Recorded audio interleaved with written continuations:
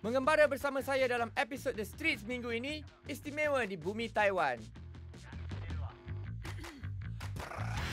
Nampak ni kereta api lama ni. Sekarang ni kita dah sampai dekat transportation hub dia. Inilah dia bus stop dia, bus station dia, train station dia, semua kat sini. Jadi sekarang kita akan keluar daripada Taipei, kita akan pergi ke bandar ketiga terbesar di Taiwan, Taichung.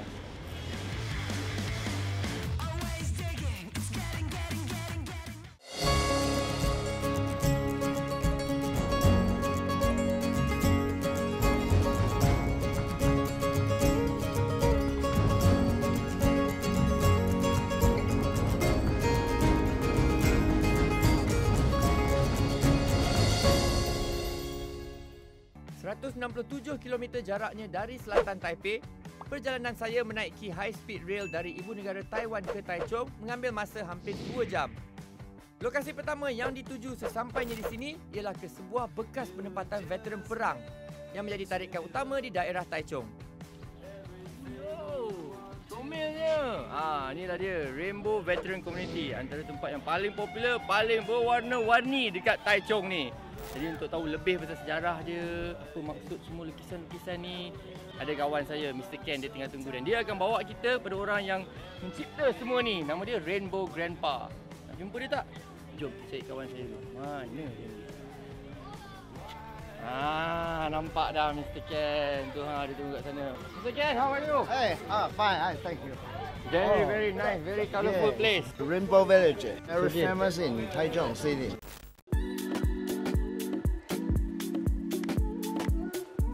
Follow me, I show the rainbow flowers. Yes, let's go. Come here. Uyo! Come on, here. So nice. Tiada bayaran yang dikenakan untuk masuk. Tengoklah sekeliling ni. Menariknya, semua lukisan ni divisualkan oleh seorang pesara tentera berumur 92 tahun. Tak percaya? Jadi inilah dia, Rainbow Grandpa yang bertanggungjawab untuk melukis dan mewarnakan semua lukisan yang kita tengok ni. Why did he draw all this? Because this place, is preserved for the veterans to stay. And however, government want to renew this place, build high-rise new buildings. I see. The grandpas understand this, so he try to, leave something for the memory.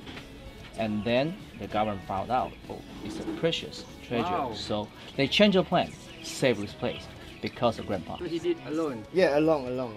Every wake up every AM 3 o'clock to work. What does he want to see in the future, like for this place? He tried to show this part of thing to the guests from all of the world, and he also wish one day the city government will also promote this place, become more cultural, creative part, and save to the next generations. Wow. Memang berjaya dia punya rancangan tu. Tengoklah hari ni, ramai pengunjung yang datang. Kita daripada Malaysia pun sampai. Thank you very much for your time. 谢谢你。 Thank you.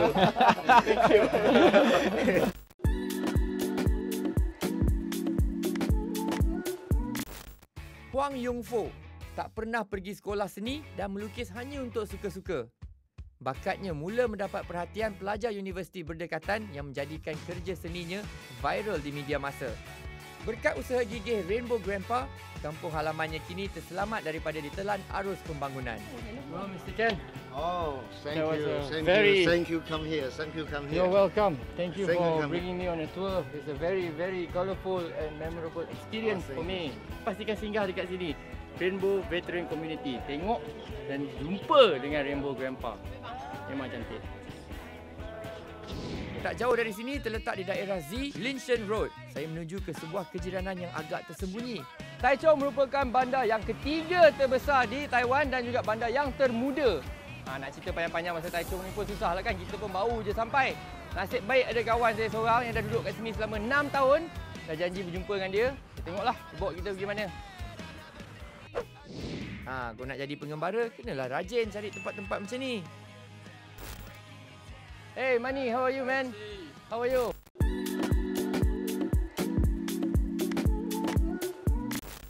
So Mani, maybe you can tell us the difference to you between Taipei and Taichung.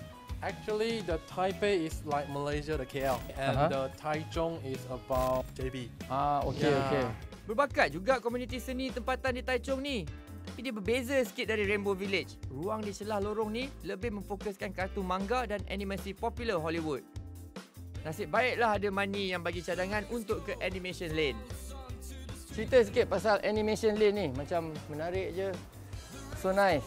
This is the owner house. Okay. They have two brothers, one brother and one sister to help him to draw this. This one already old already, about 2 years. I and see. they will continue repaint again. Jadi kat lorong-lorong ni semua ni, orang dah bagi keizinan untuk melukis. Bolehlah dia buat macam ni. Kalau tak ada dia yang bagi penerangan semua ni, memang bosan lah. Tapi yang paling penting, boleh minta tolong dia ambilkan gambar. Walaupun kawasannya taklah besar mana, tapi berada di zon ni buatkan kita mengimbau zaman indah kanak-kanak dengan lukisan animasi yang memang kita biasa tengok dulu-dulu. Oh, listen to pineapple under the sea.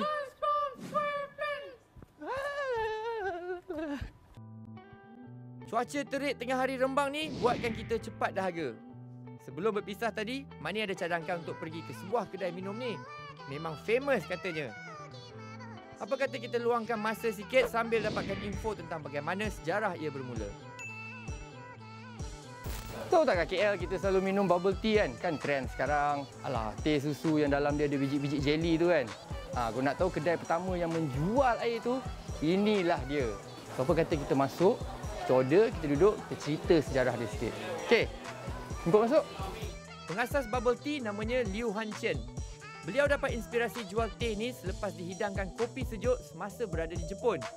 Idea untuk letak jelly bulat-bulat ni pula datang selepas berbincang dengan pekerjanya untuk membuat menu teh sejuk unik yang baru. Hello. Thank you. Xie ni. Inilah dia rupa dia. Alah, mesti pernah nampak kan. Kita panggil bubble tea.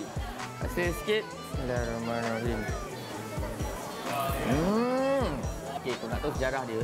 Pada 1950-an dulu, Taiwan mengalami kira macam zaman kemodenan lah. So daripada Chinese tea, dia berubah minum teh susu. So dia akan masukkan satu bekas ni, dia akan goncang-goncang, lepas tu dia akan keluar macam buih kat atas dia. Itulah dia sebenarnya bubble tea. Lepas tu 1983, barulah dia kenalkan ni, dia panggil pearl ni ataupun mutiara ni, biji-biji jelly kat dalam ni. Dan sehingga hari ni, dah menjadi satu trend seluruh dunia. Kat Malaysia, semua orang dah minum dah air ni. Tapi saya lain sikit lah. Saya minum yang original punya. Tempat yang diciptanya pearl milk tea ni. Baiklah, dari Bandar Taichung, saya lari sebentar daripada kesibukan kota menuju ke daerah Nantou. Perjalanan mengambil masa lebih kurang 2 jam dan saya pun tiba ke destinasi yang dituju. Kawasannya memang terpencil. Macam dalam taman pun ada. Penuh dengan tumbuhan hijau. Wow, Masya Allah, cantiknya. Alhamdulillah, lebih kurang 1,5 jam perjalanan daripada Taichung City, kita sampai ke daerah Nantou. Dan inilah dia, tasik yang terbesar di Taiwan, nama dia Sun Moon Lake. Boleh dikatakan kawasan ni kawasan tanah tinggi juga kan, walaupun dia panas matahari tapi udara dia dah mula dingin kan. Apa kata kita sama-sama terokai kawasan ni, kita buat aktiviti berbasikal. Nak? Jom. Dari sini saya ke penempatan Yuchi, sebuah kawasan yang majoritinya dihuni oleh kaum pribumi, mana terletaknya tasik terbesar di Taiwan. Jadi inilah dia salah satu cara kita menikmati keindahan di Sun Moon Lake ni. Yelah, kalau kita nak jalan kaki, mungkin terlalu besar lah kan, kita nak pusing semua. Jadi kat sini pun ada banyak tempat yang kita boleh sewa basikal. Tunggu apa lagi? Kita teruskan pengembaraan kita. Sun Moon Lake merupakan kawasan percutian popular dan sentiasa dipenuhi orang ramai yang sukakan aktiviti riadah bersama keluarga. Barulah best kalau nak basikal macam ni kan. Ini pemandangan kita. Menghilanglah penat semua. Dan kalau nak tahu, ni antara bicycle trail ataupun laluan basikal yang tercantik di dunia. Top 10. Alam semula jadi yang segar, fasiliti moden dan trek berbasikal yang baik sangat penting untuk menarik pelawat ke sini. Jangan main-main. Boleh buat kapal layar tau. Ni kaki BMX lah. Ni kaki BMX lah.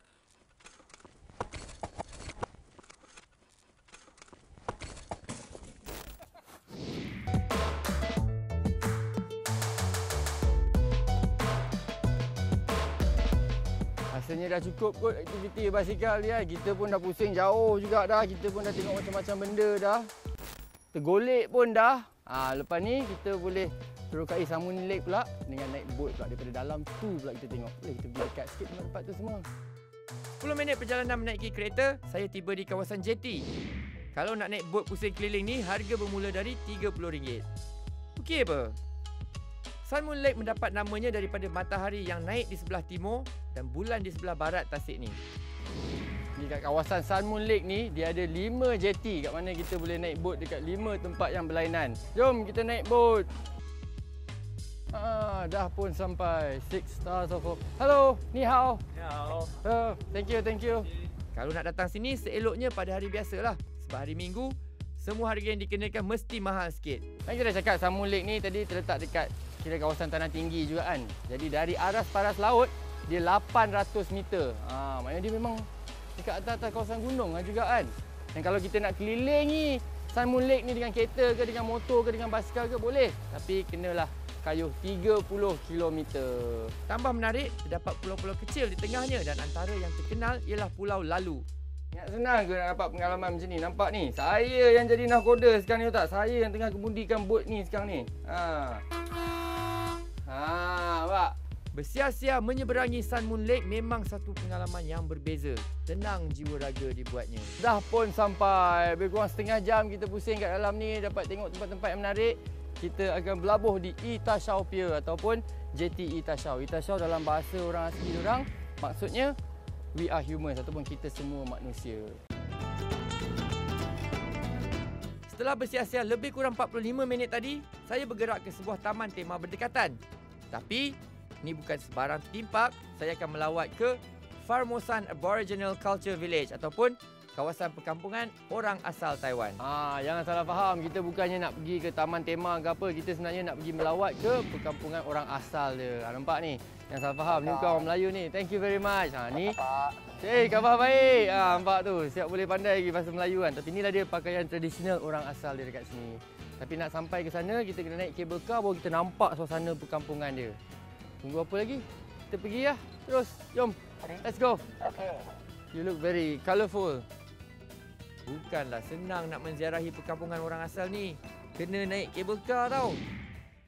Rasa sayang, hey, rasa sayang, hey. Hey, lihat nona jauh, rasa sayang, hey. Wow, nice to meet you. What's your name? My name is Casper. Casper? Yeah.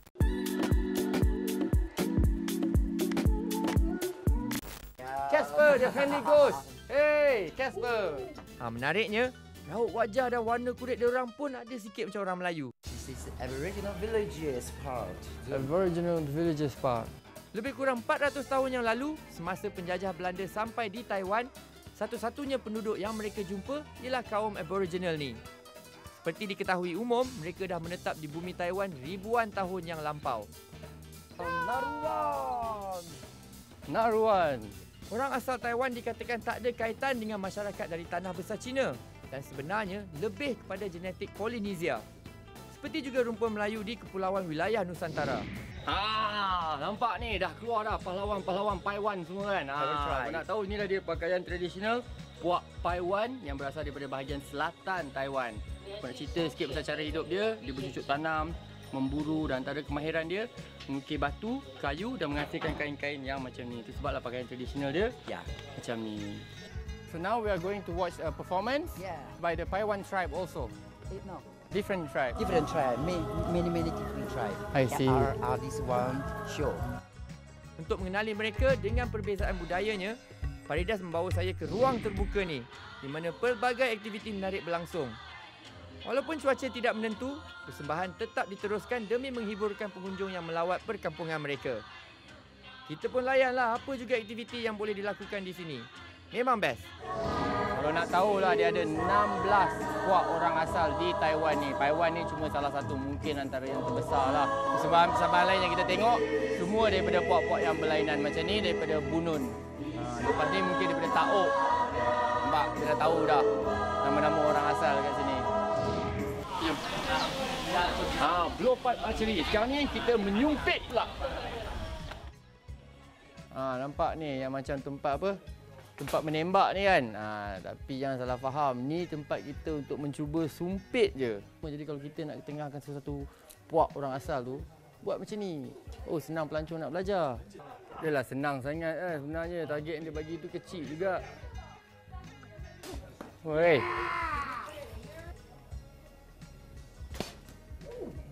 Macam tu.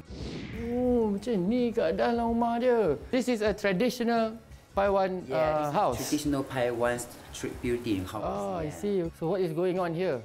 You can see the big. Okay, this is the leader, the chief. Yeah. Ni kira macam salah satu upacara pertabalan boleh dikatakan lah kan. Dan setiap benda yang diletak kat kepala ni ada maksud dan simbol dia. Di setiap perbuatan dia orang akan dianugerahkan dengan tengoklah bunga ke, daun ke, tanduk rusa ke apa ke, kan?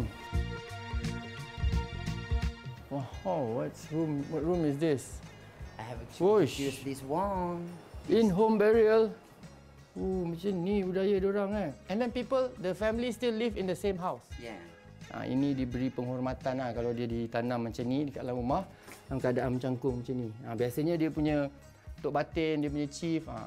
Macam inilah cara pengubian dia. Wow, this one also Paiwan art. Yeah.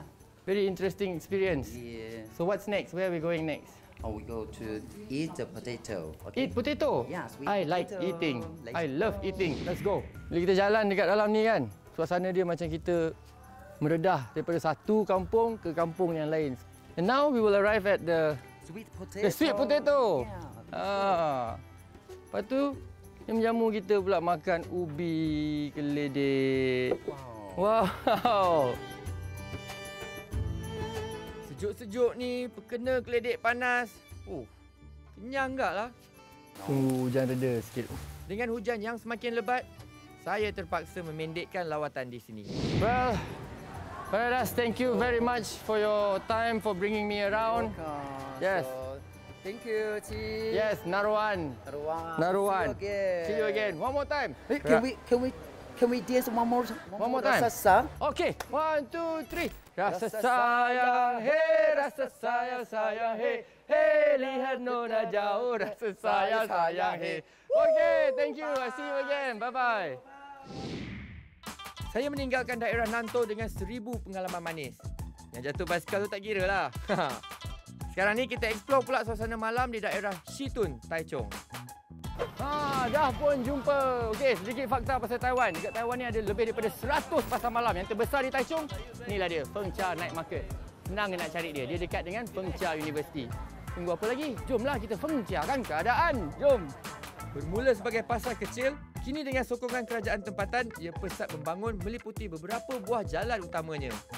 Dibuka setiap hari dari lewat petang ke tengah malam, aroma lazat dari pelbagai arah seakan menjemput pengunjung mencuba pelbagai juadah yang ditawarkan.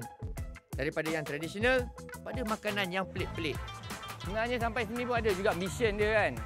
Ramai orang yang cadangkan dan pernah juga saya terbaca dalam internet kalau sampai dekat Taiwan ni kita kena try dia punya stinky tofu. Dia jenis tofu yang katanya baunya agak menyeramkan kan. Tak apa, kita cari. Kalau jumpa, kita try. Sebab tofu halal insya-Allah. Bagi pengunjung Muslim, makanan halal turut ditawarkan. Jadi tak perlu risau. Tanya je kat bahagian mana, mesti diorang tolong tunjukkan. Dalam setahun, ia menerima kunjungan puluhan juta pelancong yang membawa bersama kemakmuran ekonomi buat masyarakat setempat. Dah dekat dah ni, dah dapat bau dah ni kan. Alamak, dah sampai dah. Traditional Taiwanese food. Delicious stinky tofu. Flavor, original and spicy. Sebenarnya misi kita dah berjaya. Dah pun dah jumpa dah kedai ni kan. Stinky tofu pun dah pun berada dalam tangan kan. Bau dia, wow, memang mencabar kan. Tapi untuk betul-betul selesaikan misi ni, kita kena try dulu. Apa hal kita kena mulakan dengan bismillah. Bismillahirrahmanirrahim. Allah.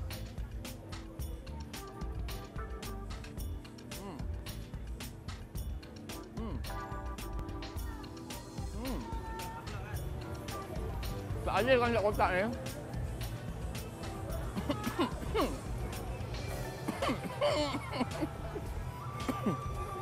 Panas. Bau dia memang pelik. Tapi sebenarnya dia sedap. Dia boleh tahan juga rasa dia kan. Dia macam tofu Ada macam kuah cucong pan tu yang macam manis-manis sikit, masin-masin sikit. Cuma bau dia je kan. Alah, apa salahnya kita kat Malaysia pun makan juga belacan, makan juga budu, makan juga tencaluk. Sama je durian tu. So, stinky tofu, tak ada masalah. Sebenarnya sedap je. Pasar ni telah diiktiraf oleh Kementerian Perhubungan Ekonomi sebagai premis cemerlang dalam sistem urus tadbir perniagaan dan alam sekitar serta mesra pelancong. Jadi pastikan anda singgah ke sini jika berada di Taichung, okey? Dah pun sampai ke penghujung Fengxia Market. Dan dengan ini, tamatlah sudah episod minggu ini saya di Taichung. Macam, menarik kan? Bandar bersejarah, orang diperamah, banyak tempat menarik kita boleh pergi. Memang best. Jadi sebelum saya mengundur diri, saya ingin mengucapkan terima kasih kepada Taiwan Tourism Bureau, terutamanya pengiring kami Michael Wang kerana membantu pengembaraan kami di sini. Sehingga kita berjumpa lagi dalam episod yang lain. Saya Cik Razali. Ingat, jangan jadi pelancong, jadilah pengembara. Assalamualaikum dan Cai Cien. Bye-bye. Rasa sayang, hey, rasa sayang, sayang, hey. Hey, lihat nona jauh, rasa sayang, sayang, hey. Wow.